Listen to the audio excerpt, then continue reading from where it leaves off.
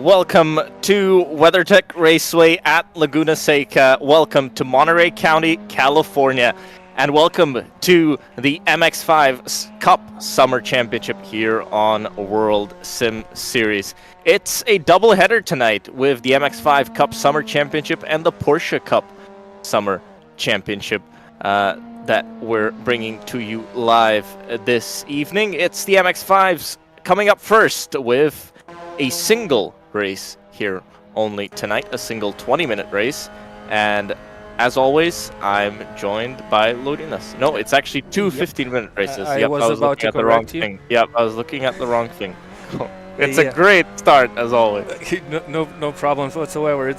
I really hope that an interesting evening awaits of all of us, because we'll have not 2 but 4 races in total. And after this first round of the MX5 Cup finishes, we'll head straight over to the Porsche Cup Summer Championship. We'll have 2 double sprint races also in the upcoming event, but for now we are still looking at the qualifying session of the MX5 Cup race. An interesting maneuver made by Jan Nims. He just pulled over just in front of the start and finish line. Why did you think he'd done that? Was he carrying even more speed and decided to stop to have a slightly bigger competition? Maybe just had a slower exit of the final turn. Maybe he was close to improving and just decided that maybe wasn't worth it. He's still quite safe in pole position, leading the session by about 0.6 of a second ahead of Lapo. Koleskis is there as well, but both of them back down onto pit road. Tarcho with 1.5 seconds off the current pole time. Mark in 13th position, 6.7 seconds off Jan Nims' lap time. It's almost as if it's a different category racing. Oh yeah, that's a really huge difference. And even the 12th place driver, Francelio, he is also more than 4 seconds off the pace. While we finish with the qualifying session, which should bring us shortly to the sorry for the short pause, to the starting grid shortly. Let's take a quick look, if possible, to the results of this qualifying session. 13 participants. So Jan Nims taking the pole, Yuri Lapo starting from 2nd, Kovalevskis 3rd, Tarzali 4th, Karnatka 5th, Sirovatsky 6th, Heisenberg 7th, FV, I should say, 8th, Samoilov 9th, Fong 10th, Diana 11th, Fraselio 12th, and D-Mark starting from P13. So a short pause that should shortly come to a halt. Just wait out a little bit as we will see the cars being put on the grid. There we go, about to get ready for the racing action. The first race of this afternoon, the MX5 Cup Championship, the Summer Series. They are about to start. Division 1, it was Borsari. On Division 2, Borsari was on pole position. He would have been 12th in Division 1. So pretty equally that the divisions have split, and pretty correct which drivers are in Division 1 and Division 2.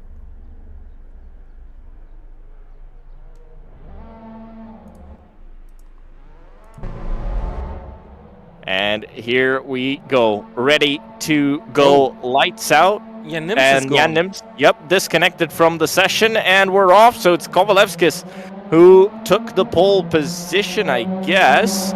And Lapo and Kovalevskis going side by side down into turn 1. It's going to be Kovalevskis who holds the lead for the time being as they break down into turn 1. This is Sirovatsky in 4th place now. He's trying to find a way around Lapo, who's now with Tarchali side by side, and Tarchali takes 2nd place up in to the front two he goes. So and clipping the curb, so Yuri Lapo is not avoiding mistakes. He ran a little bit wide on the exit of the second corner. He just made another mistake that cost him another 2 places, and now he's down to 5th. Well, looking at the qualifying session results, he should be quite comfortable by catching up with Sirovatsky at least, because the gaps were a little bit bigger between the drivers. Kovalevsky is currently leading the race. No more Jan Nimt in this pack. So, which driver do you bet on taking the win in the first race? Well, Kovalevskis looks good. I think Lapo's going to have a hard time to reduce this gap. Lapo down in 4th with a 3-second disadvantage. He held off Heisenberg into the braking zone for the corkscrew as Heisenberg goes off and up into 5th place now. And here's looking back from Kovalevskis. He has Tarchali right behind him. And 1 second back. We'll see if that gap increases or decreases. Very wide on the entry there, but looks like that's just about the line for the MX-5 Cup cars. If he can get out of that second or so gap, he'll probably be safe, as there won't really be a chance of Tarchali getting the gap down via slipstream. So the gap just coming up a little bit. I think that might just be safe for Kovalevskis. He was about 7/10ths quicker in qualifying. So this kind of shows that he might have the advantage here. Well, I'm looking at the qualifying results right now, and actually Kovalevskis was a whole second faster than Tarchiali, so he should be pretty safe during this race, holding that gap and not playing a risky game of trying to overdrive the car. It was pretty equal between Lapo and Kovalevskis in the qualifying session. Only a couple hundredths of a second were separating both of those cars. But looking at the race, it's already the end of the second lap, and well, the gaps start to grow between Kovalevskis and Tarchiali, but Sirovatsky and Tarchiali, Sirovatsky and Lapo, they are kind of in a nice battle situation. Currently, Tarchiali is still second. Yuri Lapo, he'll be trying to get those grips together, avoid those mistakes, and I'm pretty sure now he has the chase mode on. From P4, he'll be looking for at least a second place finish, which will grant him the 4th place start for the second race, because the top 5 finishers will start in a reversed order for the second race. Has a chance of getting ahead of Kovalevskis. He was ahead in qualifying, but right now with the lap times 37.6 to a 37.1 of the leader, so Lapo's still losing time. Even if he's sitting in the slipstream, it doesn't look great for him in terms of trying to catch Kovalevskis. I think he's put that to bed. That's not going to happen this race, unless we see a mistake from Kovalevskis. It's not out of the question. This track is not the easiest, and you can quite easily make big mistakes. Yep, or even small mistakes that cost you a lot of time. In this corner, the corkscrew is totally blind, and well, you have to nail your braking point, and sometimes while you're pushing, it's really easy to make that mistake and lose the back end of the car while trying to exit that corner. So might just go for a move here to the outside. He tried to fake it to the inside. That's a bit wide from and well, removed from the track. Nope. Continues on. Sirovatsky continues on his race. It looked like he just got a little bit sideways there coming through the final turn, and well, Lapo wasn't expecting him to be so slow on the apex and ran into him. But I'm sure the stewards will have a look at that one, and the stewards will have a look at all the incidents that happen here tonight, but that will be done after the race. This is Sirovatsky versus Heisenberg now. Sirovatsky, very damaged car I think he had a contact with the concrete. Well, we haven't seen what happened and how the incident ended, but well, from my point of view, how it all started, Sirovatsky simply lost it on the exit while Yuri Lapa was already concerned to get back on the power, and he wasn't expecting Sirovatsky to have that car sideways. He was trying to avoid that, but it was a little bit too late. I'd say it was more of a racing incident rather than a fault by Yuri Lapo, even though he clipped the back end of Sirovatsky. But yeah, Sirovatsky was making a mistake on his own. Now he has concerns about saving P6 because Karnatka is right on his tail. Both of the cars seem to have some sort of a damage, but Sirovatsky's car, the MX-5, seems much more damaged, though Karnatka's car, yeah, it has some impacts on the back end of that car. I'm pretty sure it doesn't have any impact on the speed of the driver E Karnatka, so he would gladly take that P6 away from Sirovatsky. But the drivers are not only racing for the win in the first race, they are actually battling for pole position for the second one, and Heisenberg is currently in P5, which will grant him the first starting position for the second race of this evening, so he should be careful. 1 minute 38.9 was his previous lap, which was the fastest one, and he was 4 tenths slower than the driver behind, Sirovatsky, so Sirovatsky will try to recover from that accident. If he'll concentrate enough, he'll have the chance to snatch that pole position for the second race and try to make the things change for this first round and his running in this series. It's a championship of 6 rounds, and only 4 rounds count towards the overall results of the drivers, meaning that the drivers have the chance to miss 2 races. I'm pretty sure that's all about the summer time. A lot of people have holidays, so the organizers made sure to give them the opportunity to miss some races and still be in contention in the battle for the championship win. Yep, still chances for everyone. I wonder what happened to Jan Nims, that he is not racing anymore. Well, yeah, it's a shame to see Jan Nims disconnect right before the start of this race. Maybe he felt there's not enough competition for him to enjoy the race of this afternoon. Might that have been the case, or maybe some technical issues? Well, I'd like to hope that it was technical issues. We've seen Jan Nims have disconnects previously. We've seen him have issues before, so I wouldn't put it out of the question. And well, him not continuing to race kind of makes sense, as once you're out of it, you're out of it really. And looking from the back of Sirovatsky, he's got Kamatka at about 0.5 of a second behind. Heisenberg is quicker, at least last time round, by about 0.2 of a second, 2.5. So we should see Heisenberg maybe take this a bit more comfortably. Yep, and but the further back down the field you go, the bigger the risk of a mistake. And well, speaking of mistake, somebody's off wide. Wu and Heisenberg, actually. It was 2 cars. Yep.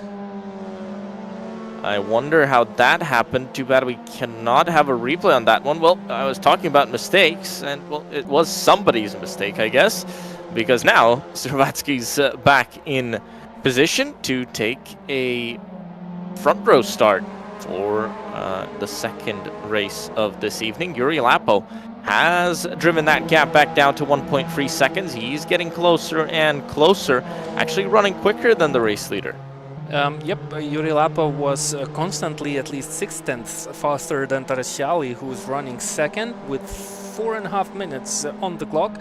Lapo still has the chance at least to try and snatch that second place from Tarasciali. I'm pretty sure he's a little bit disappointed with how the start went for him. He lost 4 places. Well, he started second, but got the pole position because Jan Nims had issues and didn't start the race. But right after the start, Juri Lapo lost 4 places. Now he's back in third, and he's definitely looking to finish this race at least in P2. And he'll try to recover in the second race because he was slightly faster in the qualifying session than Kovalevskis, and he doesn't hold the fastest lap time of the first race because Kovalevskis set a 1 minute 37.1, which is roughly 2/10 faster than the fastest lap time of Juri Lapo. And a nice battle for position number 4 continues, and look at Heisenberg. He's still there. He's still in the play. Only 1 second behind Karnatka and Sirovatsky. So these 2 drivers should try and play a little bit more carefully while they try to battle each other. Heisenberg is a little bit too early on the throttle, making mistakes. That might cost him a couple of places. But as soon as Karnatka has a chance here. He might have a chance just because of the damage that Sirovatsky's carrying with him. I think Karnatka wants to make that move. I think he feels a bit faster. A little bit of a bump to the rear end, but they're going to stay in single file through turn 1, through turn 2, and then into 3. Let's see if there's any move trying to be made. Headlights on for Heisenberg behind, so he's trying to distract his 2 opponents up in front. Good news for Heisenberg, seeing these 2 drivers in front of him battling for position. As soon as they change lines and go defensive or offensive, they lose time. And that's what Heisenberg is currently hoping for, but he needs to avoid mistakes. There was a slight contact between Sirovatsky and Karnatka, another contact on the straight. Oh, I thought they will touch again. This time they managed to avoid each other, but well, bumping doors and side to side, well, that's a usual sight. While looking at the MX-5 racing action, it looks like Karnatka is trying to play it safe and looking for the very best moment to try and take that spot away. But if he'll play it a little bit too safe, he's risking to not gain 1 place, but lose at least 1 position. And look at Juri Lapo. Yep, Lapo's about to make the move, I think, 2/10 back. That's definitely within range. To the outside he goes as they run down into the hairpin. On the brakes, very late goes Lapo. He's got that little bit of damage on the front end from that earlier incident. He's going to try and hang it around the outside. Not going to work. Yeah, he went a little bit too deep into that first corner, which has cost him a little bit of time while waiting till he was able to get back on power. He also has those headlights on to try and distract Arciali. He's got a chance here still. He's going to have 1 more to go at the end of this one. Heisenberg on the attack versus Kamatka here for 5th place and pole position for race 2 as well. Important position here for these 2 to the inside. Wow, that was a late move. And they're still going to be side by side, and now going to be side by side into the left-hander here. The little kink to the left. It's not a little kink, but it's still a kink. Still side by side. Backs out of it. Thought better of it. I think he could have still tried something there, but decided that it might just be a little bit better to back out of this you can make that move into turn 6, but it's always really risky and dangerous. And look at Karnatka. He just made a mistake on his own. Opened the door for Heisenberg. Thank you so much, says Heisenberg, and he's off to the chase of Sirovatsky. And what about Juri Lapo? It looks like Tarciali just made a mistake on his own.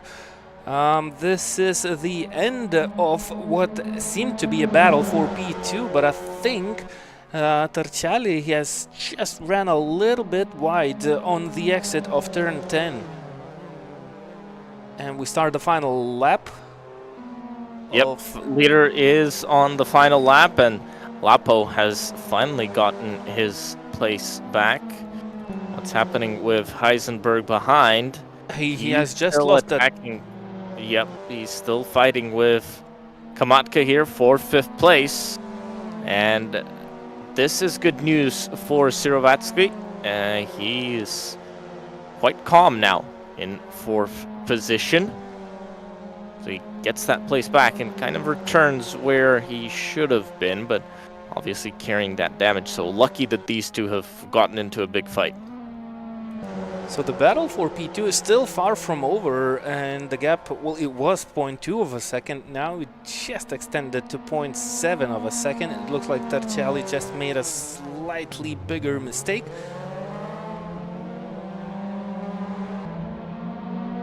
And yep, Terciali, he was trying to do something, but it's not gonna work. I thought I heard a car, yeah, going slow, and I think that was Buric who was late to the start of this race because his previous lap time was almost the fastest lap time of this one. So I wonder why did the driver miss the action, because he might easily well, he might have fought for the win of the race, but Kovalevsky takes the checkered flag. Yuri Lapov finishes second, Terciali third, Sirovatsky will hold on to that 4th position, and Karnatka snatching the pole position for the second race with Heisenberg right on his tail.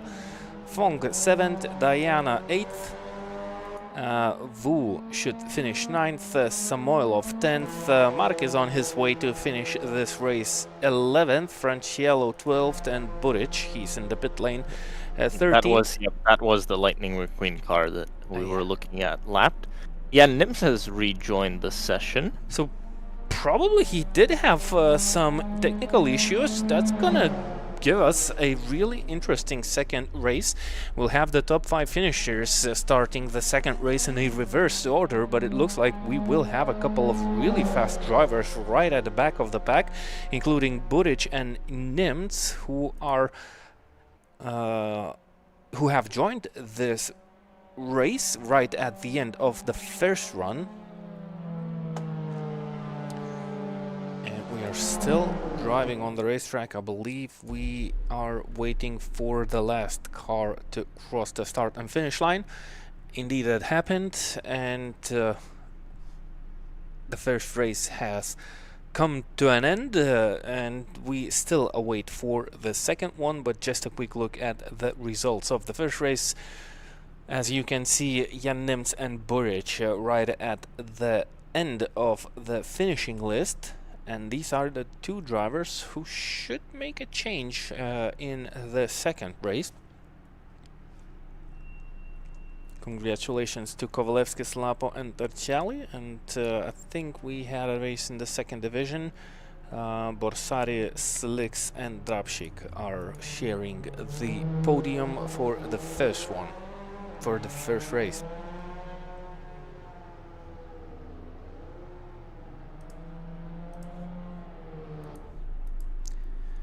Just have to wait till the server time finishes, and we should get ready to roll for the second race of this evening. Remember, we will have another series coming right up after the MX5 racing. That's gonna be our Porsche Cup series.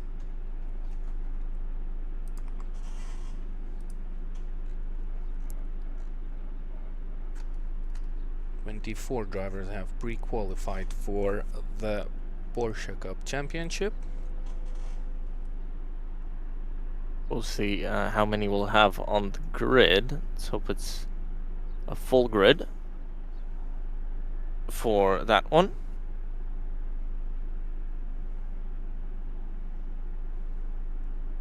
It's Jussi Neirala who's top of the pre-qualifying standings, ahead of Simon Speff and Matas Mendeles in third. It's at Laguna Seca as well.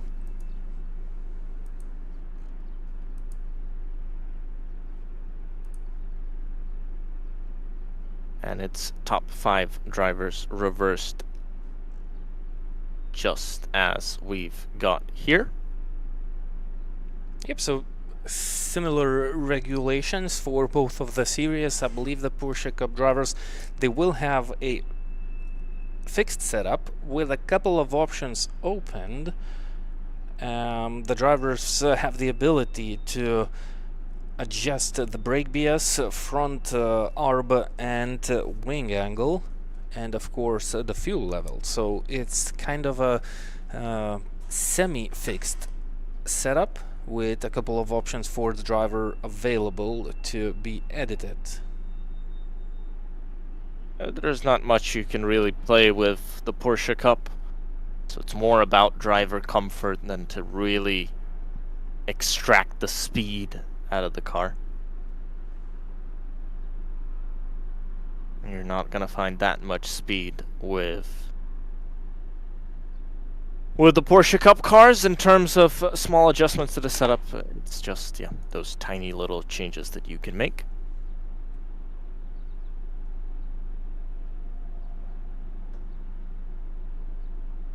Wonder if it's a planned break between the two races, or we have some sort of server issues. Don't see any information about the break between the first and the second race.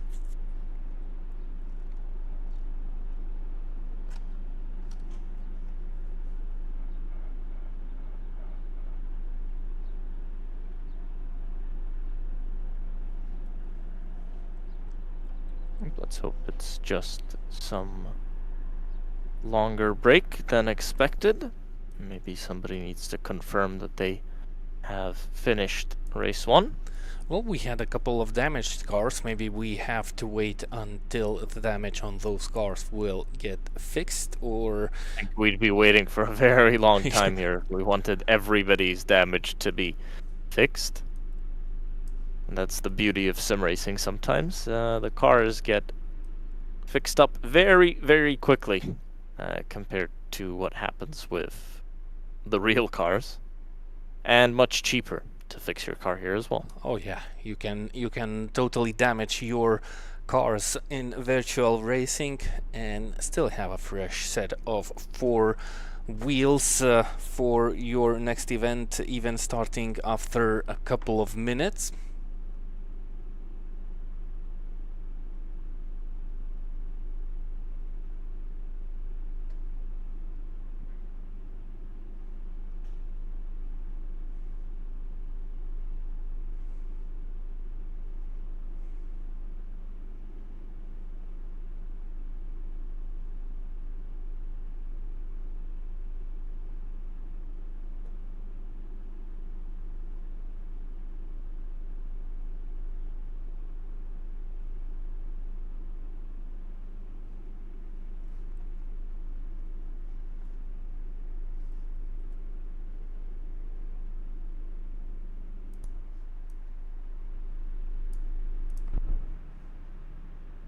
I think, yep, we might be having some issues.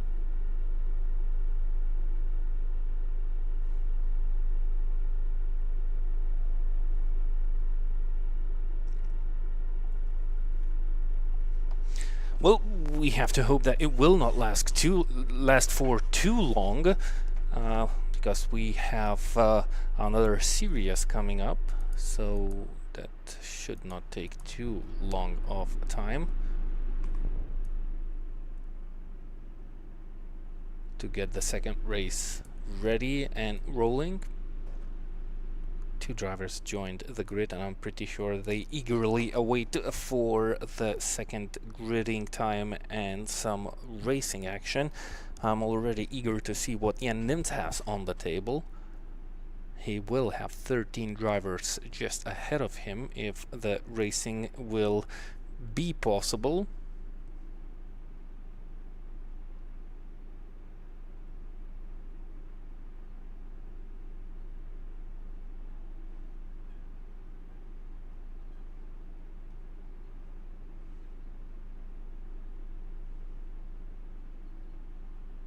Let's hope that it is.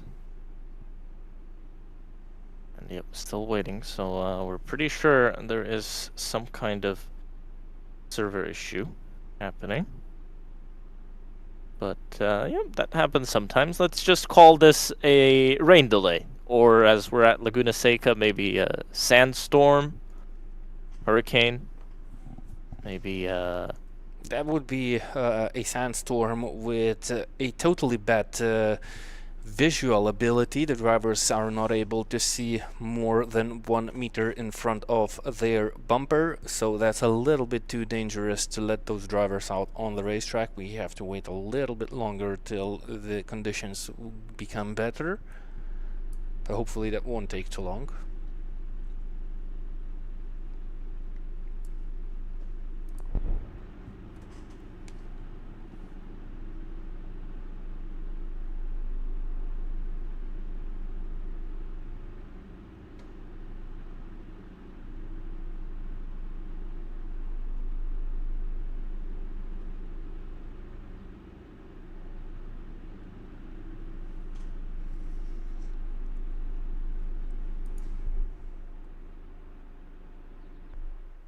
Oh, finally, we have it going. Are we getting on the grid? I think we do. Well, at least we had some sort of a restart. We don't have cars gridding, but I think after 1 short minute, we will see the cars being placed on the grid finally, and we should be good for the start of the Porsche Cup race.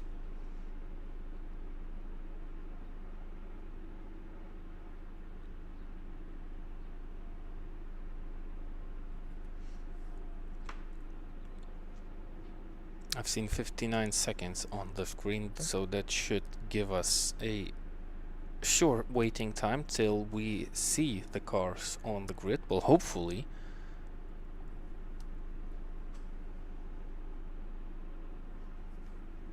Let's hope it is just those 59 seconds that we have to wait for. Yep, there we go. We are finally back on the racetrack, ready to get rolling. And do we have... We have... We've got the grid. On pole, if I'm not mistaken. Yep, Karnatka on pole, Slovatsky second. Wu third. No, not Wu for Yeah, third. Karnatka on pole, then it's Yeah. Rowatsky, then it's Charlie, then it's Lapo, then it's Kovalevskis, Yeah. and that's hopefully correct. Maybe it's just a little issue with the timing screen, that's why we're seeing it a little different. Yeah, Nims is on the grid as well, as the lights finally come on with 10 seconds to go until we go green for this one. And we're off once again. It is Nims taking the strong start. We've seen Buric have a strong run through as well in race 1 with those fastest laps coming in for him.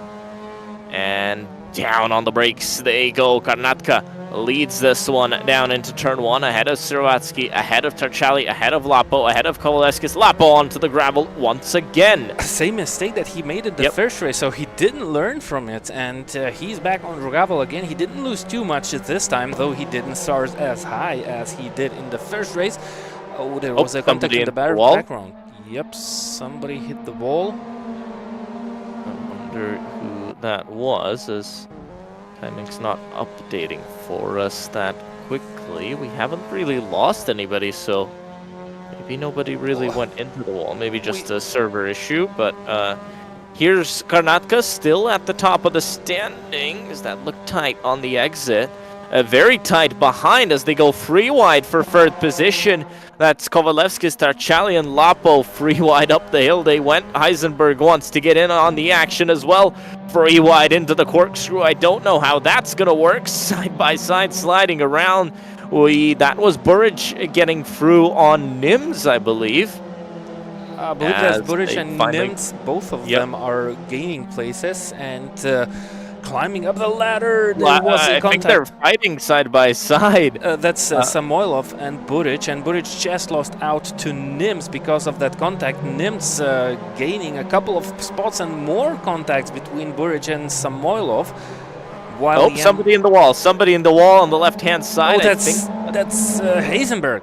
Yep, Heisenberg into the wall on the exit of the final turn, so some contact happening there. Yeah, Nims now up to 5th with Buric up into 6th. They've got an attack down the inside from Kovalevskis, who's down to 7th, so he was definitely involved in something with Heisenberg. Kamatka still leads by 1.7, ahead of Sirovatsky, ahead of Lapo, ahead of Tarchali, ahead of Nims, ahead of Buric. So the final row of the grid now up to 5th and 6th positions out on the circuit.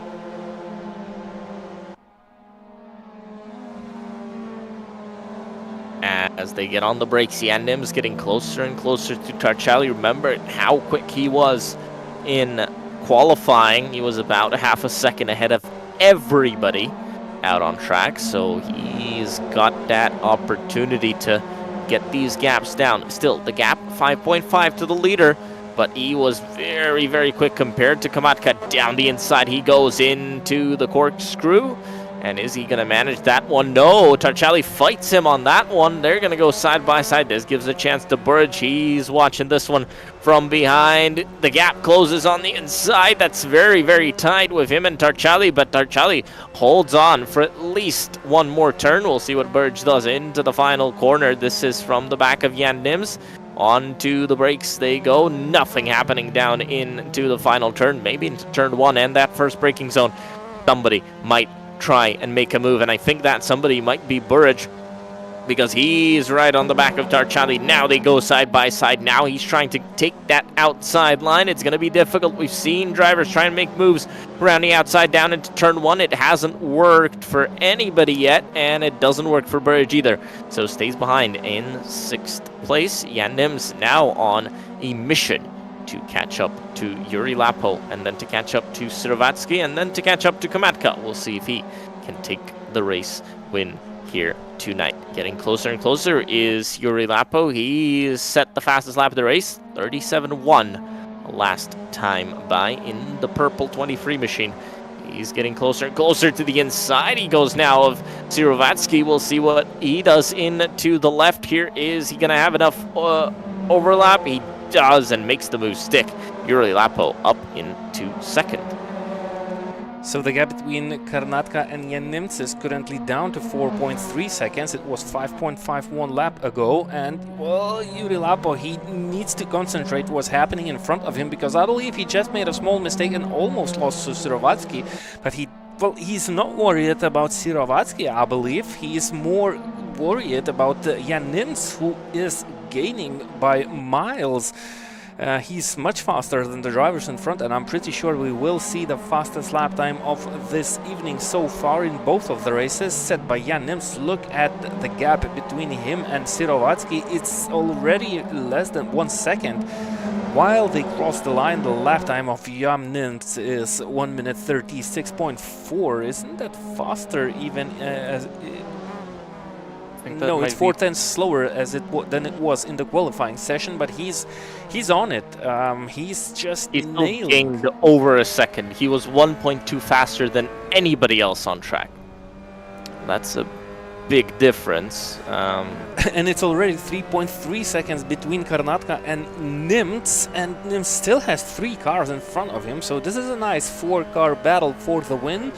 And of course, the favorite of this race, Jan Nims. So far as it goes, Karnatka has a clear track ahead of him, so the only driver that he's currently fighting with is himself. Jan Nims take this risk. Nope, decides to back out of that one. But it show his nose there, and I think Sirovatsky just a little bit wide. This just opens up the gap for Jan Nims. Down into the corkscrew they're gonna come, and I think Jan Nims has just about got this one, and he pushes Karnatka off.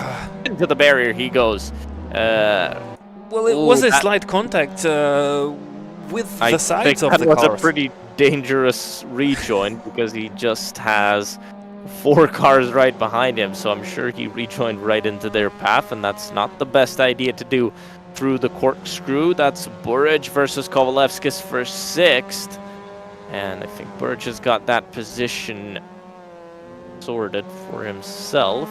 Yep, so our first race winner, Kovalevskis, is down in P7, so he is not lucky in the second race, and he lost quite a lot of places. He had contact with Heisenberg, or at least we think he did. Yeah. And that puts him out of contention. Buric versus Tarchali once again, down into turn 1, not gonna work. He's gonna try and cross that one, not gonna work again, and big slide. And that move doesn't work. Yeah, Kovalevskis tried to hold that inside space, but it was a little bit too tight, so he clipped the gravel with 2 wheels, which slowed his car slightly down and eliminated his chances to try and gain that position back from Buric. But this is a nice battle between 4 cars also, because, well, Sirovatsky, he rejoined the car after that contact with Jan Nims, which will definitely be looked at by our race control after these 2 races finish. So even we will see those results after this race. They will be unofficial until race control will go through all of the accidents, and it's getting tighter between the top 3 drivers on the lead of this race, while we still watch the battle between these 4 cars for position 4. Another contact between Buric and Tarchali, and I think Tarchali will... Now he's off the road. Yep. So more contacts and more incidents in this second race, so more job for our race control to follow this evening. 6.5 minutes on the clock, still plenty of time for the things to change, and I think Jan Nims is really comfortable with what might be the win of this race, and it wasn't even hard of a job to gain the position of Yuri Lapo. Yuri just made a mistake on his own entering turn 2, the Andretti hairpin. He dropped to P3, but I think Yuri Lapo will concentrate on finishing this race in P2, which might give him the highest amount of points in this race as it stands so far, while Jan Nims is taking the lead, and it wasn't too hard of a job either. Yep. Well, I don't think they really want to fight Jan Nims. He's kind of inevitable here. And Yuri Lapo actually versus Karnatka. So Karnatka fighting back against Lapo. And we'll see what happens here into the corkscrew. I think Lapo is going to stay behind for now. He's got some time to make that move. Sirovatsky's 5 seconds behind, so no real threats from behind. He can take his time. He doesn't need to take any unnecessary risks. He knows he can't really catch Jan Nims here in this one, so he can just hang back for the time being, find the spot he wants to overtake, and will take the biggest haul of points back home. But this is Sirovatsky versus Buric, and Buric to the inside, being pushed to the inside wall. And here we go, down into the braking zone. And I think Buric has just about got this one as he finally makes a move down to the inside of turn 1. Kovalevskis will want a piece of that pie and will want to overtake Sirovatsky as well for 5th place. Let's see what happens here. 4.5 minutes to go, so about 3 laps, we think. Yeah, and Yuri Lapo back into P2, managed to overtake Karnatka into turn number 5. If he'll avoid the mistakes that we've seen plenty of them this afternoon made by Yuri Lapo, he should be safe. So he just needs to keep his eyes on the road and especially hit all his brake marks. He should be easily comfortable with finishing 2nd in the 2nd race, which should give him plenty amount of points. Though Kovalevskis is climbing back the ladder, he's currently 5th, still right on the tail of Karnatka, of Buric. What happened to... So, okay, Kovalevskis already overtook Sirovatsky while we were enjoying the battle between Lapo and Karnatka. That's what happened. So Kovalevskis currently trying to fight for 4th place, while Karnatka actually is back on the tail of Juri Lapo. So Juri Lapo made another of his famous mistakes on this Laguna Seca racetrack, which is really tricky for the drivers. And as Gustas mentioned at the beginning of this broadcast, mistakes come on the sandy racetrack in the dunes.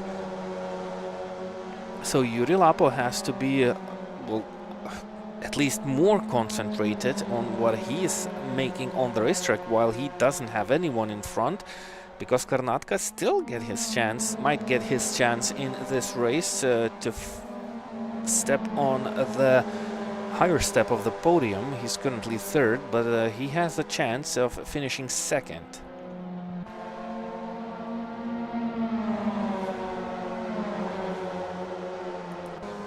Buric also joined this first round only for the second race. Started from the back of the pack. He started 13th, while Jan Nims started 14th. Now Buric is 4th and Jan Nims is 1st. Just set the fastest lap time also, so not only leading the race, but also dictating the pace. And he was actually 2.2 seconds faster than the second placed Juri Lapo, who keeps making those mistakes. Finally has a bigger gap between himself and Karnatka, so it looks like Karnatka also ran in some sort of problems.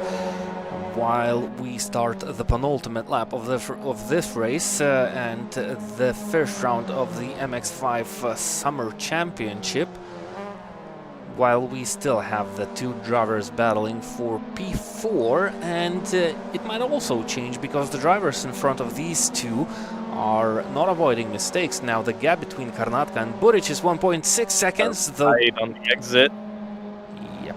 So he's pushing. He's definitely trying to bring that car on the edge, and sometimes that's a little bit too wide. Now there is a chance for Kovalevskis into turn 5. Takes the outside line, tries to switch those lines, but it didn't work out. So Buric carried enough of speed to not only enter the corner fast, but also get back early on the power. When it's so tight, they definitely try to bring those cars on the very edge of the circuit. Jan Nims just set another fastest lap time of this race, 1 minute 36.1, late on brakes. Kovalevsky tries to fight not only Buric, but also his MX5 Cup car.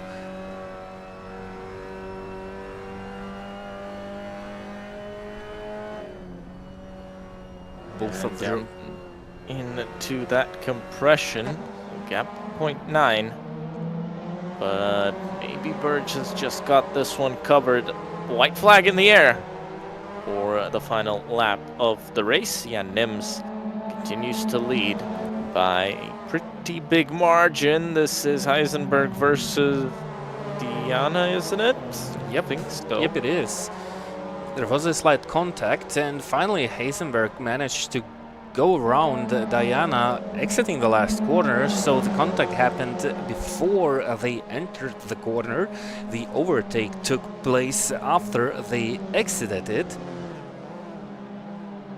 So not sure what the stewards will have to say about that moment in this race. But look at Buric, he's definitely trying to catch on with Karnatka. He was 7/10 faster on the previous lap, which means he should be right on the tail of Karnatka by the end of this lap. So he has a slight chance to finish off this race with a P3 finish, which would give him slightly more championship points.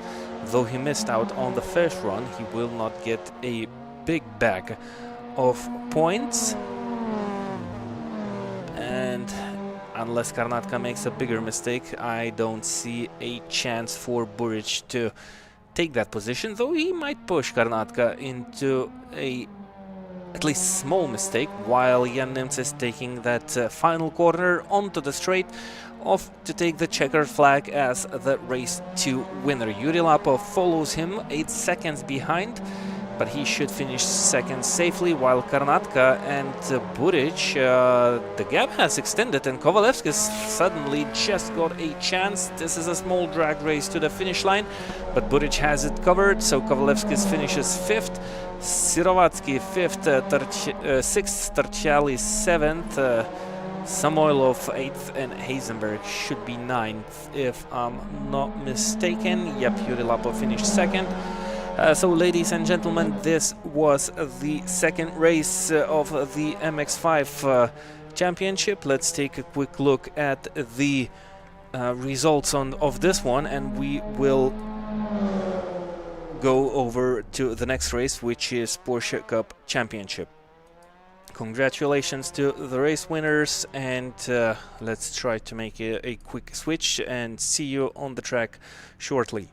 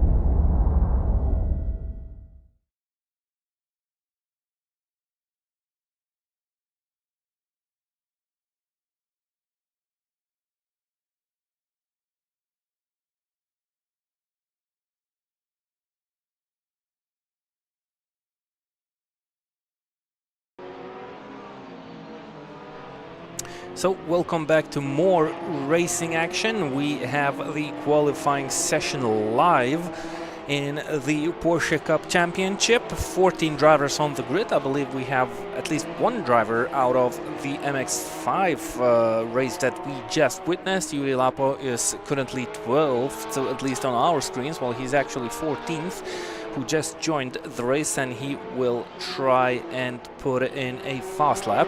So because we joined this race a little bit, this qualifying session a little bit late, we don't see the correct results on the left side of our screens, though the current provisional pole position holder, Matas Mendelis, is the actual first place holder. Jussi Neirola is second. Third position belongs to Matas Mickevičius. His fastest lap time is 1 minute 25.0, and it looks like it's a little bit tighter here in the Porsche Championship regarding the times. Matas Mendelis holds a license of an alien, so does Simon Speth. If you would like to see the results live changing of this race, you can go to World Sim Series website and just go to the Porsche Cup Championship, the Porsche Cup Summer Championship, and just witness the results live changing on the website. Still plenty of time in this qualifying session, 1 minute and 40 seconds. That means most of the drivers have at least one chance to put in a fast lap, and some of them have still a chance to put in a couple of fast laps. Matas Mendelis is still the fastest one, but not by much. It's a little bit more than 1/10 separating Mendelis and Neirola, while Simon Speth is currently third. Deinus Butala is already down in the pit lane, and he's fifth on the timing screens with a lap time of 1 minute 25.46, so the time is actually correct on the left side of our screens, but I think we missed one name of the list. That would be Matas Mickevičius. He's not, well, Matas Mickevičius is being displayed as sixth, so he's actually third at the moment. 48 seconds on the clock.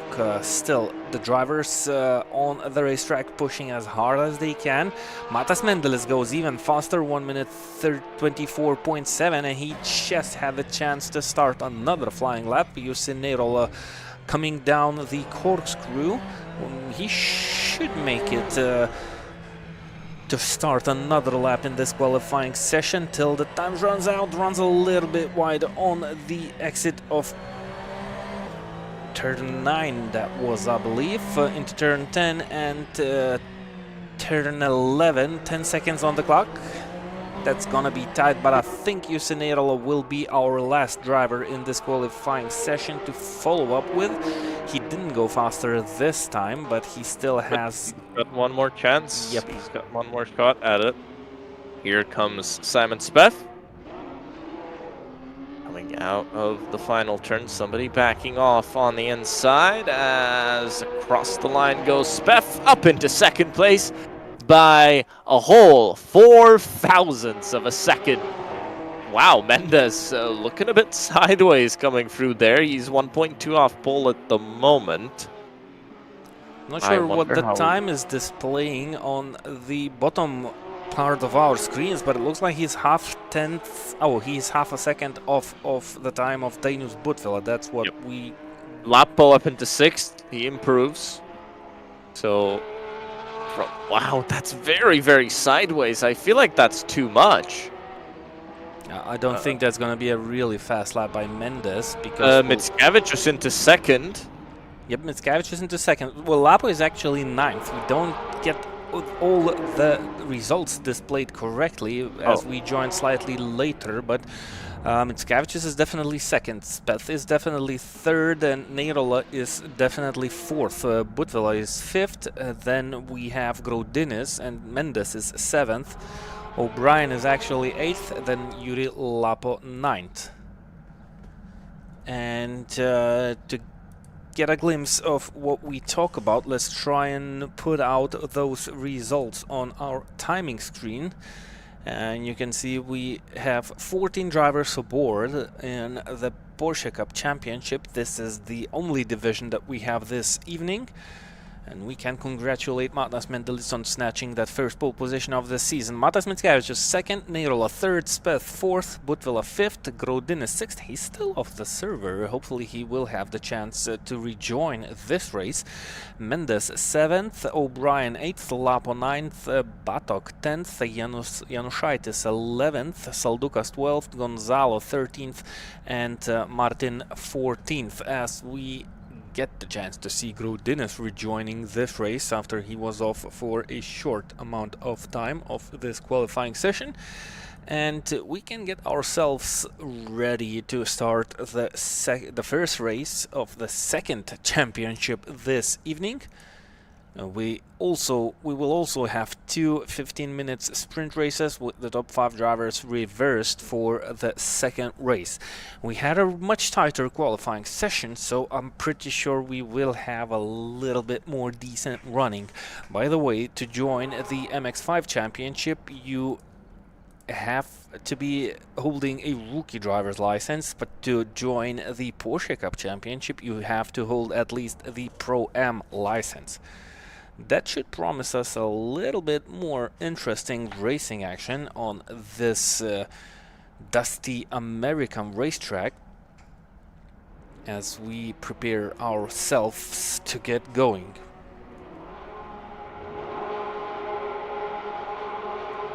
Here we go for race 1, lights out, and Mendelis looks like he's gotten away with a pretty good start. Mickevičius with a horrible start on the outside. That's going to be difficult down into turn 1 as he drops into 4th or maybe even 5th. Mendelis continues to lead. We can't really see what's going on behind. And here's Nairola now up into 2nd, free wide with Mitskavicius and somebody on the right. I think that's Simon Speff. Still free wide. They go in to the right-hander. Still free wide. A little bit of touching. Mitskavicius pushes somebody off the road. I think that was Butvilla. Yep, that was Butvilla. And now Grodinis behind them. This is Butvilla now battling 4-5 wide. However many cars are out on track. I think that's a touch. Somebody off. And is that Butvilla? Nope. It's Mendes. It was Mendes. So plenty of racing action right at the start of the first race. Butvilla running a little bit too wide on the exit of 6th corner.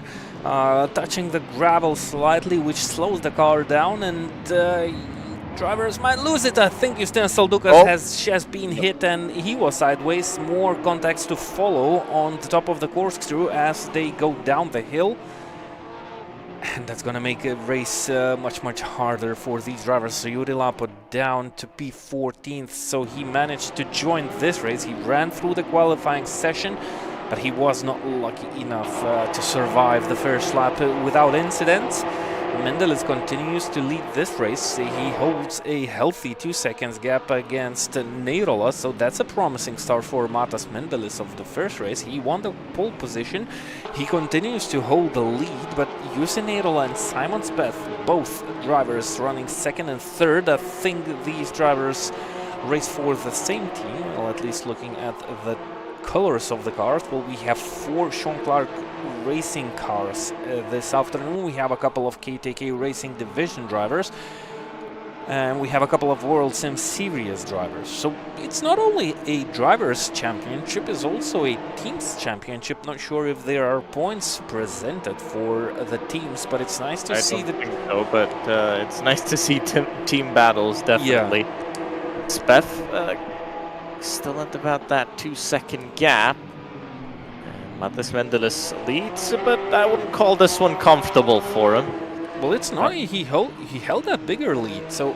Yeah, he was 2 seconds up at the end of lap 1, so something happened during the 2nd lap, and, well, I don't think it's just natural pace, because Mendelis was quite quick, and, well, took pole position, so obviously quite quick.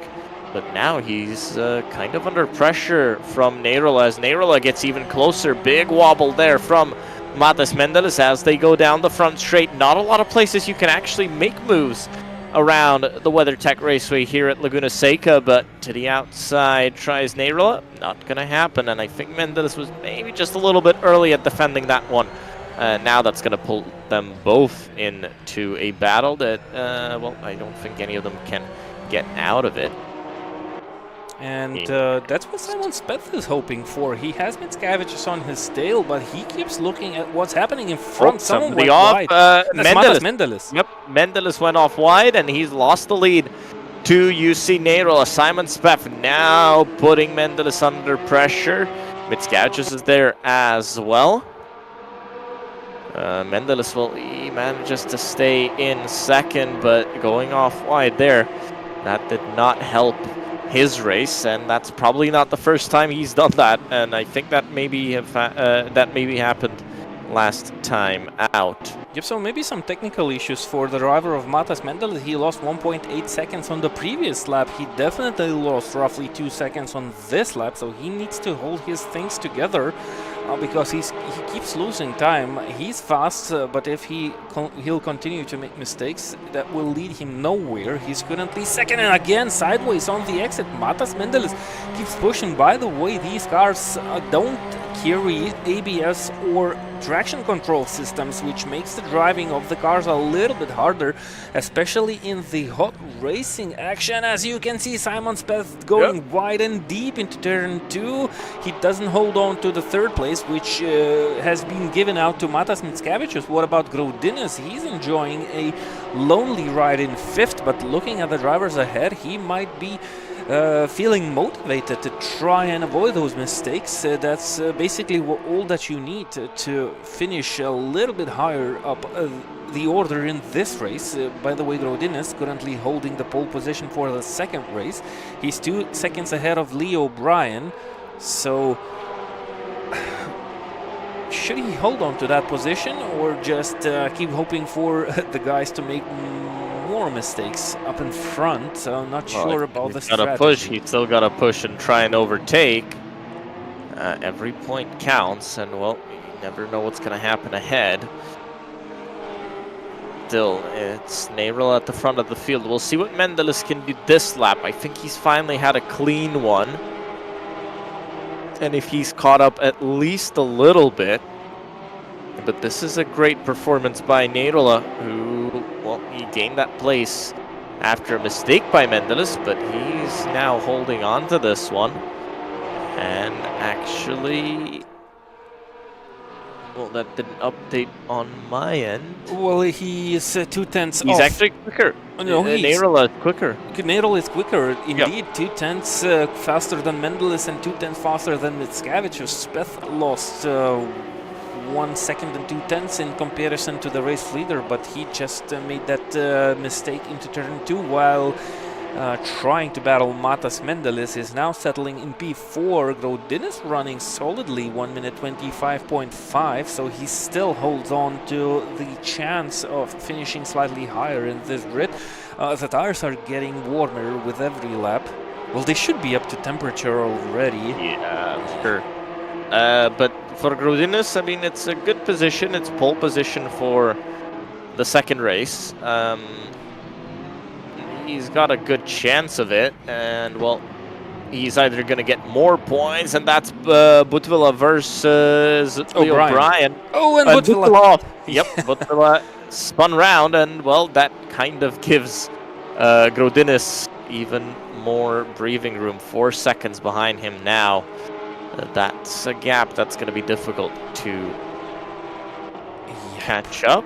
It was a beautiful move up until the moment Butvila lost it down the hill. But it was actually a really decent overtake around the outside into corkscrew. Both drivers, they well playing it really fair against each other. It was just Dainius Butvila came back on power slightly too early. So back in P8, lost roughly 3, even 4 seconds. He's now down by 1.2 seconds behind Batok. So there will be slightly more battles waiting for Dainius Butvila in this race. I'm pretty sure about that. Mendes running 9th.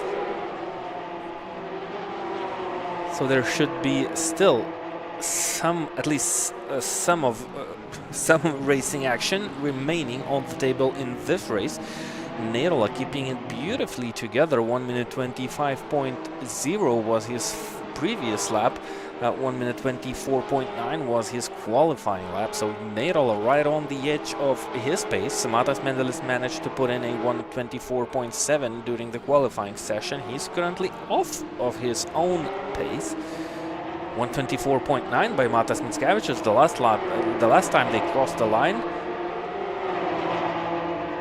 This time he was slightly slower, but he's still on the tail of Matas Mendelis, putting some nice pressure on the shoulders on the driver ahead. And well, you can hope for mistakes by the drivers whom you keep chasing. Just brake a couple of meters later and you risk to lock those tires. I believe they have ABS. Do they not have ABS? No, actually no ABS and no traction control in this championship. Will at least... Well, factory traction control allowed, no ABS allowed, but I think these cars are in the non-traction control spec. Although I'm not sure, as Grodinis goes wide himself, so that's that battle done, and I think he's now going to be under pressure from Lee O'Brien. And I think that's going to be a move by Lee O'Brien up into 5th. And well, we were talking about Grodinis holding on to that easy pole position. Well, not so easy anymore. Yeah. He's going to have to battle Leo Bryan for 5th place and, well, pole position for race number 2. So he's 1.1 seconds behind Leo Bryan, and Grodinis was only 1.5 tenths faster on the previous lap. The lap both drivers had it clean. So it's not going to be an easy game now for Grodinis to try and finish off this race with a better result. Matas Mendelis just set the fastest lap time of this race so far, back to 1 minute 24.7, but he's 1.3 seconds off the lead of Jussi Neirola, so that's not going to be an easy task. I believe Batok and Butvila battling for P7, and Mendelis is kind of involved in this battle also. Not an easy race for Dainus Butvila. It seems that the driver has speed this afternoon, but he keeps making those bigger mistakes which don't allow him to race slightly higher up the order. He has to try and keep it clean. No ABS, that's what you see on your screens. Smoke coming off the tires, and well, we could see Matas Mendelis going sideways on the exit of the corners. I believe there's no traction control and ABS for sure in this championship, which makes the racing really difficult, especially when you are in the heat of the moment and racing your rivals and finding yourself, for example, running P8 while you are certain that you can race a little bit higher up the order. Dainus Butvila tries to take the outside line into final corner. What about Mendes? Will he have a better exit? No, he doesn't. But Dainus Butvila and Batok, they still keep running side by side, approaching turn 2. The Andretti hairpin. That's not gonna be great on the outside, and no, Butvila kind of realizes that, but now he's gonna be open from an attack by Mendes, and well, Mendes just stays behind. And Butvila still with a hot big slide there. So really lighting up those rear tires. He's been working them hard. Grodinis actually closing in, so that's good news for him. But as you can see, catching up is one thing, overtaking is a whole nother beast. And well, while Butvila made that move on Leo Bryan previously, he obviously spun off at the exit of the corkscrew. So if Grodinis knows that, or at least maybe saw it in the mirrors. Butvila goes again. And here, Butvila tries this one again, and I think he's about to make it. He does.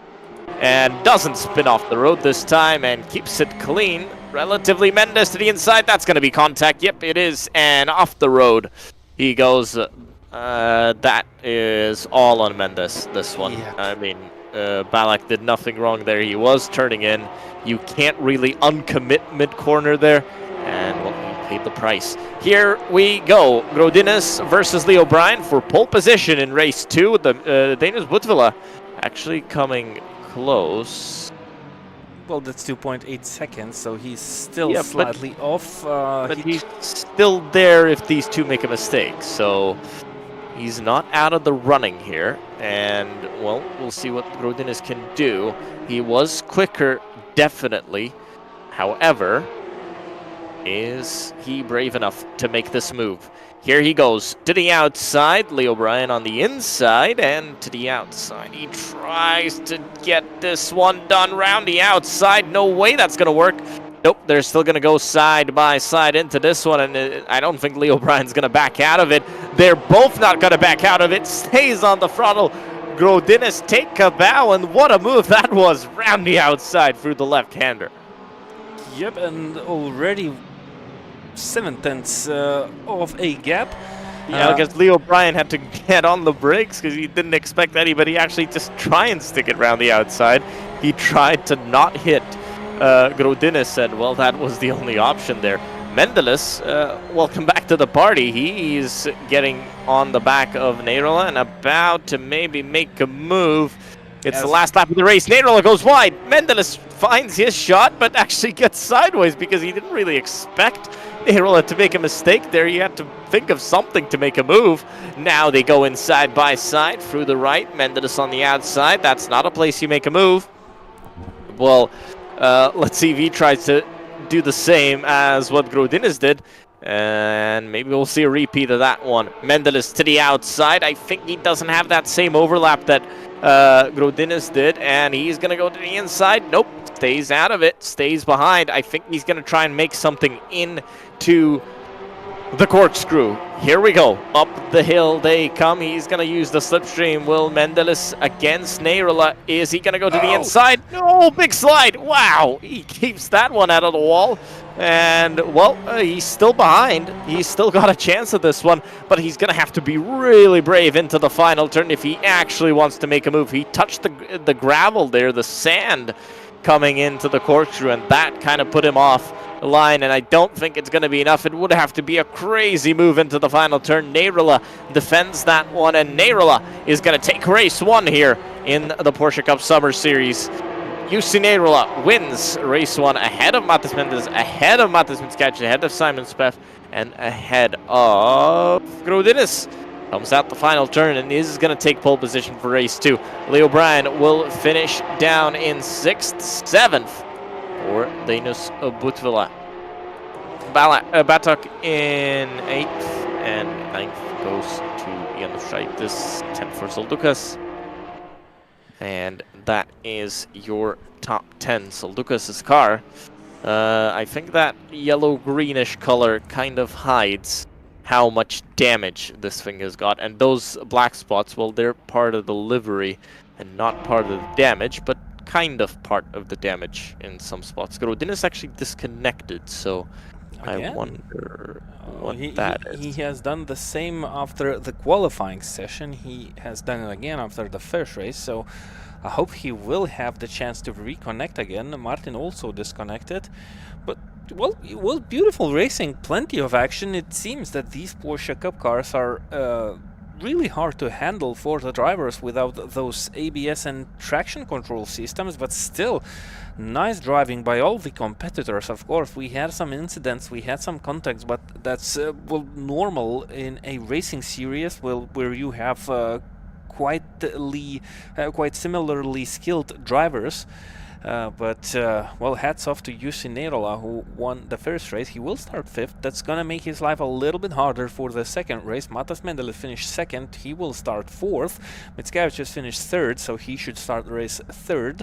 Speth 4th, and he should start the race 2nd, while Grodinis should enjoy the pole position. Leo Bryan 6th, Butvila 7th, Batok 8th, Januszaitis 9th, Soldukas 10th, Mendes 11th, Lapo 12th, Gonzalo 13th, and Martin finished this race 14th on the grid.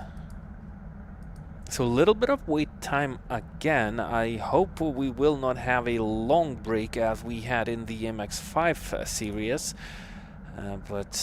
Yep, this is a nice time for the drivers to get some rest, get a drink, cool their heads off, and prepare for the second race, which will not less exciting as the first one was.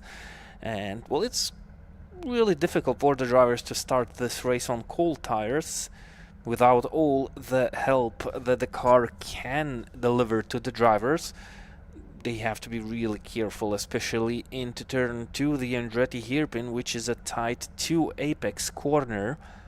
And it's usually tight into turn 1. We've seen in the first race, we had even 3 or 4 wide situations after the start. So that should not be a different case also. So I think the first race just ended. Short waiting time till we see the cars lined out on the grid, preparing for the second, which will actually be the 4th race of this evening. The Summer Championship has started. 6 races in total, 4 count towards the overall results of the drivers in the championship. The series will run on a 2-week schedule, except for the final 2 races, I believe, which will have only 1 week wait time. So that will be enough for the whole summer. And hopefully the action will not be less exciting as it was in the first race of the Porsche Cup Championship round 1. So let's get ready. Cars back on the grid with Grodinis on the pole position.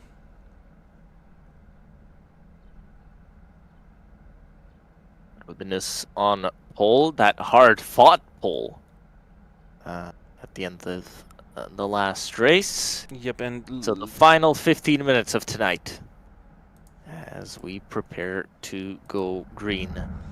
Simon Speth starting second. Yep, and Matas Mickiewicz will be in third, fourth for Matas Mendeles, and fifth for UC Neirula. Matas Mickiewicz had a bad start last time. We'll see if everybody gets away from the line cleanly. Here we go. 5 lights on.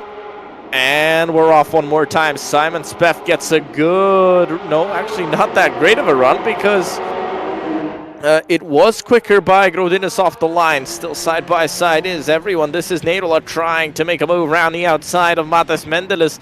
I don't think Mendeles is going to let that one slide. I think somebody wide. That's Definitely Speth. somebody wide. Yep, I think that was Speth and... well, up to P4. Yeah, Butvila having a great run through. And somebody off as well. I think that was Janušaitis and Lapo. Here we go. Grodinis being passed by Mickiewicz. Grodinis onto the gravel. And, well, the highs and lows of race 1 are replaced with a low at the start of this one. So let's see if we can recover these places. Still in 7th place, not the worst. Mickiewicz is losing out to Darius Butvila. Darius Butvila started 7th. He's already up to P1. By the way, Mickiewicz and Grodinis both teammates. Darius Butvila off into the grass. Yep, Darius Butvila off into the sand. And he goes from lead to 6th. Here we go. Braking zone. Matas Mendeles in 2nd place at the moment. It's Neirula in the lead, as we had in race 1. So it's Neirula, Mendeles, Mickiewicz, Speth, top 4, exactly the same as we had in race 1. We've not even completed the lap of this one. Butvila in 5th, Grodinis in 6th. So Grodinis, he's about to recover that position as well.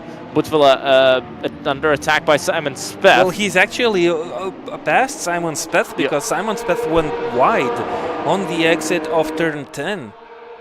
But these two are still in a battle. Let's see what happens. Speth holds on to 4th at the moment. Somebody goes wide. That's I believe it was. And yeah, but it was Mickiewicz. Okay.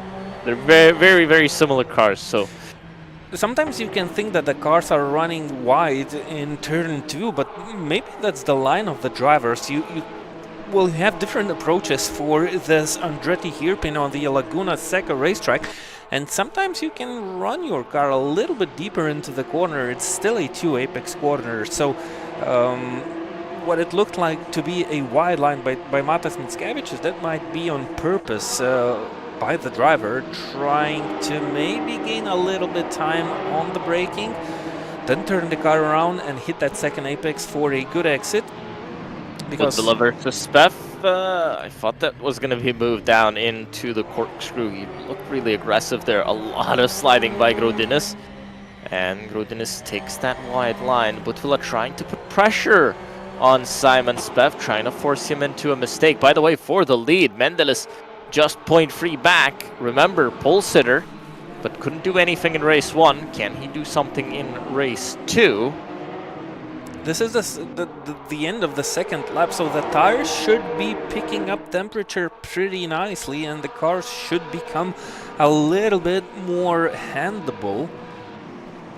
So the period of cold tires coming to an end, that makes the driving for the drivers slightly more comfortable. Looking at last race, I didn't really think it mattered because they kept going off the road at all points of the race. Butvila touches the sand on the exit, but keeps it at least for the time being. 4 wheels on the gray stuff. The asphalt here is pretty gray. The California sun really beating down on it. It's one of those classic motorsport venues here, the WeatherTech Raceway at Laguna Seca. It's unique with its sandiness and how dirty the track might get. Here we go, down into the corkscrew we go once again. Oh, there was a contact between Speth and Butvila that continued. And then Grodinus hit Butvila as well. So chain reaction. Yep, a little bit of a chain reaction, but I guess no harm, no foul. Rubbin's Racing, after all, and Porsche Cup cars, I treat them like touring cars at the end of the day. There's so much happening between the cars that it's pretty much like touring cars. Danish Butvila tried to avoid, I think, Speth there, and this is a chance for Grodinus, and he gets it done. Still down the straight, but now he's going to have to defend this one because Butvila is going to come back at him. Definitely going to come back at him. Nope. And he's held on to that one, but a little bit of a lockup, and Butvila pushing and pushing, bumping and grinding. Grodinus holds on to this one, at least for now.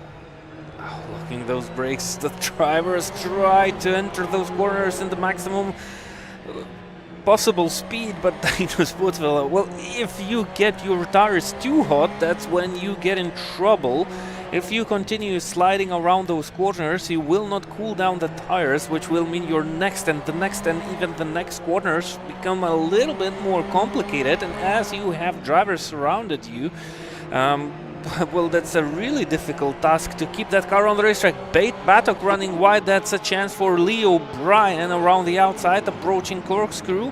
And it looks like Batok, well, almost completed the move, goes sideways. That should open the door for Batok, side by side. Batok back into P7, not yet. He was pushed a little bit off wide on the exit of turn 10. That was turn 9 actually, rainy curve. That gave chance for Mendes to try and battle it out for P8.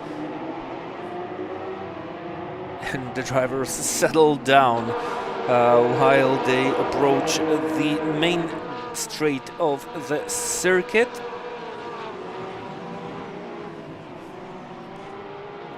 Locking the brakes, still pushing as hard as they can.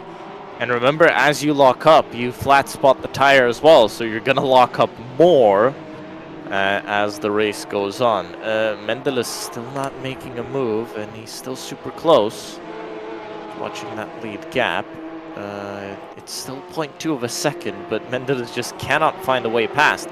This is the point around here at Laguna Seca. It's so hard to make a move. Really have to have a pace advantage, or the driver ahead has to make a mistake. There's no real chance of you know, closing up, you make a nice move and you get out.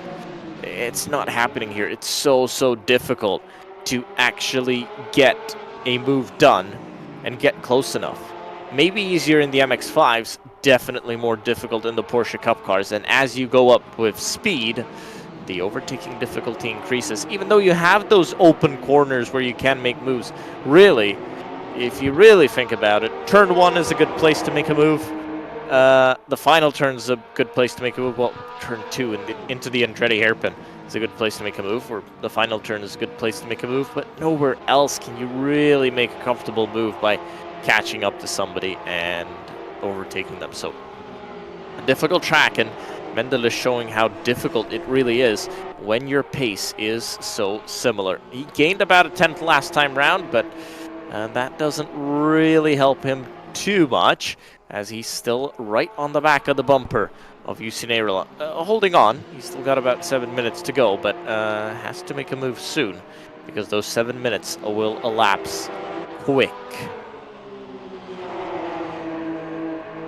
And we have a 3-car battle for P3, and it's actually Speth defending from Grodinus, both running wide, and Speth actually running off the racetrack. There was a slight bump between the drivers. Now there's a chance for Danish Butvila to get back into P4. It was so close, and as Gustas already explained, it's really difficult to make a move. So as the drivers choose to take higher risks, that's how they end up on this racetrack. But if you see your chance, you have to take it, no matter the risk, because otherwise you will just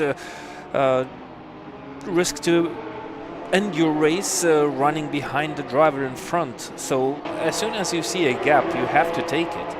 I wonder how's the race going for Matas Mendeles. Well, is he playing smart and just tries to stay right on the end of Neirola's car to force him into a mistake?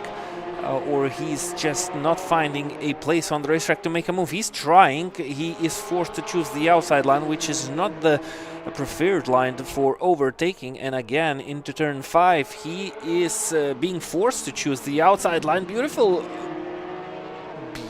driving by Jussi Neirola, but even more beautiful driving by Matas Mendeles, who managed to make the move around the outside into turn 5. He's up the Rahal straight, approaching the corkscrew corner, and he's currently holding the lead of this race. Remember, he started the first race from pole, and he didn't lead for too long. Well, it lasted for a little bit longer than 1 lap, so he needs to concentrate, and hopefully he learned something from the first race. With 5 minutes on the clock, he cannot allow himself to make even the slightest mistakes, because Jussi Neirola is still right on the tail of Matas Mendeles, and it looks like this is the hottest battle on the racetrack so far. Well, at least at the front of the pack, Batok and Mendes are really close to each other. Actually, side by side into the final turn. That's as close as you can get, probably.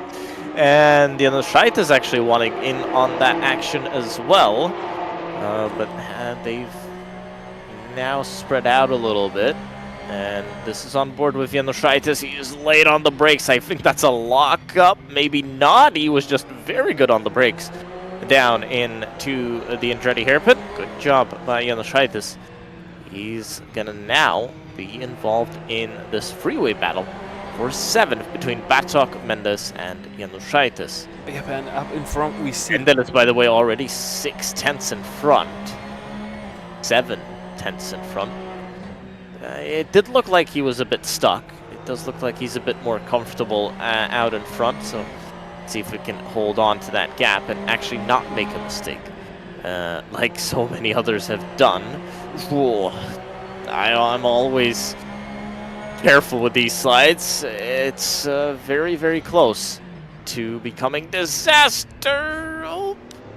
Januszajta is really backing out of that one. I think he was too late on the brakes, or at least locked an inside front and tried to get out of that one without hitting anybody. And he was pretty close to hitting somebody. And this is Batok on your screens in the light blue machine. Well, he's defensive all over the track. 24-7. So, takes the fastest lap of the race and goes half a second quicker than Neirola. Yep, the gap is up to 1 second with 3 minutes on the clock, so that's 3 laps of pure racing action on the Laguna Seca racetrack. And this is your closest battle out on track. Actually, Speff and O'Brien separated by 3 tenths. Yep, they keep battling. You can see that in front of these 3 drivers fighting for 7th. And the next battle is for P5 between O'Brien and Speff. Grudin is sitting comfortably 4th, while Matas Mickiewicz runs 3rd. So the 2 drivers who led the race after the start, and they didn't have enough room to share one track around. It was the 3rd corner, I believe, where both of the drivers will slightly touched, and Grodinis went on the racetrack. So they kind of made a nice comeback into this race, currently holding some good places to finish off the first round of the championship. But you still have a couple of minutes on the clock, so you still need to do your job perfectly. And look at the gap between Mendeles and Neirola. So small mistakes, they can reduce the gap, which might bring the tension for the drivers, which might force them or lead them into bigger mistakes. And we've missed Januszajta. He made a mistake. He's down in P10. He was right on the tail of Mendes. Now he's behind Saldukas, so leaving 2 cars battle it out for P7. Mendes still close on the back end of Batok. Lee O'Brien just opened up the gap slightly to Simon Speth. Well, he actually lost a little bit of time while battling for P5, so Simon Speth currently on a very nice run, trying to avoid mistakes. 1 minute 25.4 it was. Big lockup from Batok again, coming in to the left. Now Mendes wants to go to the inside. Nope, backs out of that one. Thinks better of it, and that was pretty smart to back out of that one. Here comes Mendes once again, now to the outside, as they come into the corkscrew touch with Batok, but both of them survive that one, and they stay in 7th and 8th, so no position change, but I think Mendes just getting a little bit impatient at the moment, getting closer and sliding around a bit more. I think he's trying to do something. Mendeles, fastest lap of the race once again, and he should start the final lap of the race right about now. It was not a slow lap by Jussi Neirola. Also, he just ran his personal fastest lap time of the weekend, I believe. 1 minute 3/10 off. Yes, to the inside, they touch, and Mendes is off, and Batok survives that one. That comeback was not great, actually. It wasn't executed great, and it continues. Someone's off the racetrack. I think that's Gonzalo, which was a follow-up of that incident caused by Mendes. When there's going to be some nice. Somehow involved in that one as well. I think he was just battling. I think this race he's found so many problems that I think he somehow got involved in that. Well, at least he had to slow down for that one, so he was involved in that one. Remember, leader on lap 1, down to 10th, and 28 seconds behind the lead. That's how quickly things change. But here is your race winner. Yes, it is. Matas Mendeles wins the race ahead of Jussi Neirola and ahead of Matas Mickiewicz. Double third place for him. Grodinis in 4th, 5th for Speth, 6th for O'Brien. 7th's going to go the way of Batok. He held on to that one. Januszaitis in 8th, 9th for Soldukas, 10th for Butvila. Gonzalo in 11th, 12th for Lapo, 13th for Martin, and 14th is going to go the way of Mendes, who I think he might just get some kind of penalty for that rejoin. But at least he did a good job at trying to avoid too much contact with Batok, but well, he tried to avoid contact with Batok. It was definitely a mistake, which started with a slightly late break point.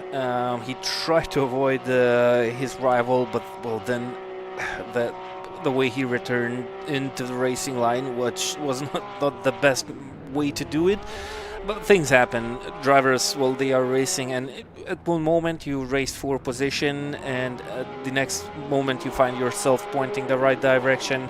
It's really easy to make those bad moves or bad decisions, but well, you need to take everything from the races you attend to try and avoid that in future racing. Anyways, these are your final results of the second race. Unofficial results, by the way, because we have race control. They will have plenty of work to do after these 4 races have finished. We definitely had some contacts and incidents. They will need to be looked through after this race. Some penalties will be handed out, and the final results will become official as soon as the process of all those incidents will be completed. But congratulations to Mendeles, Neirola and Mickiewicz, your top 3 finishers of actually both races in the Porsche Cup Championship. The first round of the series. Podium. Yep, consistent, except that Mendeles and Neirola, they swapped places. Neirola finished first in the first race, and they swapped places in the second one. That should give them the same amount of points. We'll confirm that after this race will finish. Anyways, I hope you had plenty of action in the returning premium series on the World Sim Series platform. The Summer Cup Championship stays here for 6 rounds in total, 1 off, so 5 more to go. What's the next In round? 2 weeks, yep, 2 weeks' time, we'll be heading to Brands Hatch for both the MX-5s and the Porsche Cup cars. It's been an interesting few races here tonight, and obviously if you want to get in on the action, head on over to worldsimseries.com and register for free. And by the way, the Dream to Drive 2024 season is now underway.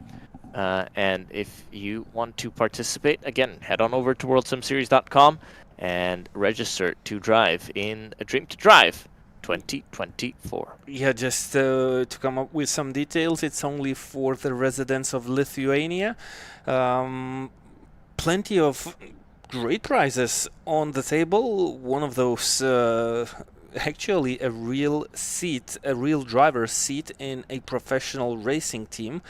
To drive the Porsche Cup, I believe, in at least some races, and the second prize will be a ticket to the FIA Motorsports games, the sim discipline in the Assetto Corsa Competizione title. So if you reside in Lithuania, are older than 16, equal or older than 16 years old, you can definitely try and join the series. You will find all the info on the World Sim Series platform, so head over to there, and if you comply the rules, just enter your chance to win those great prizes. Thanks for sticking with us. Thanks, Gustas, for your company. It was a pleasure as always. And we'll hear you in 2 weeks' time. Good night.